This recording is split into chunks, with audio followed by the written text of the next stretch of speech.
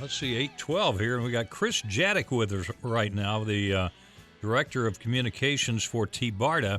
And Chris, we've got, our public transportation is pretty backed off right now because of the coronavirus. And what are we going to see here regarding transportation in the Bay Area? Well, Jack, good morning to you. I hope all is well over there. And as you mentioned, demand is down, so we're all being asked to stay home, keep our distance from each other. Just as everything else has changed over the past couple of weeks, so has local transit. So first, let's talk about HART. As of today, all local and metro rapid bus routes are on a Sunday schedule, 7 days a week with regular fares. So Sunday-only schedules for the foreseeable future. The TECO line streetcar system also has a reduced schedule, actually was reduced earlier last month, but now service is going to also end at 9 o'clock every night. Over in Pinellas County, PSTA reduced its service schedule earlier this week. Weekdays, all Pinellas transit services are now operating from 7 a.m. to 8 p.m. That's the same as regular Saturday service, only now that's Monday through Friday. On weekends, Saturday and Sundays, both operating on the Sunday schedules. Other agencies in our area have made similar adjustments. As you know, TBARTA covers a 5-county area from Hernando down to Manatee. Like PSTA, transit in Pasco, Manatee, Hernando, and Sarasota counties have temporarily suspended their fares, asking riders to enter from the rear doors. That's going to minimize the need for any contact with the driver up front. So our buses are there if you need them, but they're running at reduced schedules to best meet the current demand. When it comes to things like HART, TECO line streetcar, things that are still operating here, what are the precautions, the measures maybe being taken to ensure that passengers, the drivers are all, taking those safety precautions as far as maybe clean wipes when they come on, hand sanitizer, anything like that? That's a good question, Aaron.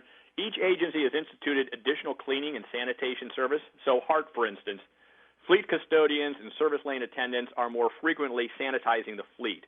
That includes wiping down the handrails, the seat rails, the steering wheels, fare boxes, safety shields, anything, of course, that the public might come into contact with. And, of course, we're asking riders to do their part by keeping a respectable distance from each other when they're on board.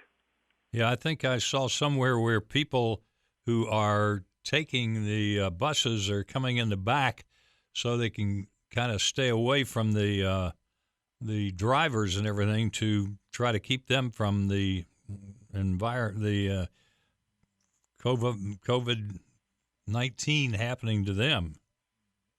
That's right, Jack. That obviously helps minimize the interaction between the driver and the rider. You no longer need to use that fare box, so that's one of the reasons a lot of our transit agencies have gone to the free fare, allows you to enter from the back. Now, it should be noted that HART, while still going on regular fares, does have the safety shields up on all of its regular transit, and I think they were the first agency to get it up on all their buses. All our transit agencies are working on that to put those safety shields up, but HART has them up, so you have that layer of protection there. And, of course, we're asking, if you need transit, only ride it if you actually need to. It has to be for an essential or an emergency service. You may know that local transit providers have been designated as part of the essential critical infrastructure by the Department of Homeland Security. So we can't underestimate their importance. However, right now, we really want the public to only take public transit if it's essential or an emergency. Fewer people on the bus means less social interaction, and it's easier for everyone to keep a safe distance from each other. Now, where do people get information on when the transportation is going to be available? Well, every local transit agency has its own schedule, of course, and there's a lot of details. Our local transit agencies have done a great job of keeping their websites updated, so I would first ask you, go to your transit provider's website. If you don't know what it is, you can go to tbarta.com. We've made it easy because we're putting all that information for all our local transit providers together. Just look under our Commute Tampa Bay tab, and then you'll see transit. You'll see access to phone numbers, websites, everything you need to know. But yes, because of the reduced schedule, if you have a certain route that you're running and you want to know, hey, how often is this going to run, I'd advise go to the website, look up that information in advance to make sure your route's going to be there when you need it. TBARTA.com is the number there. And Chris Jadick, we appreciate your joining us on AM Tampa Bay this morning. Thanks a lot, guys. You have a great day. And that's Chris Jadick, the Director of Communications for TBARTA.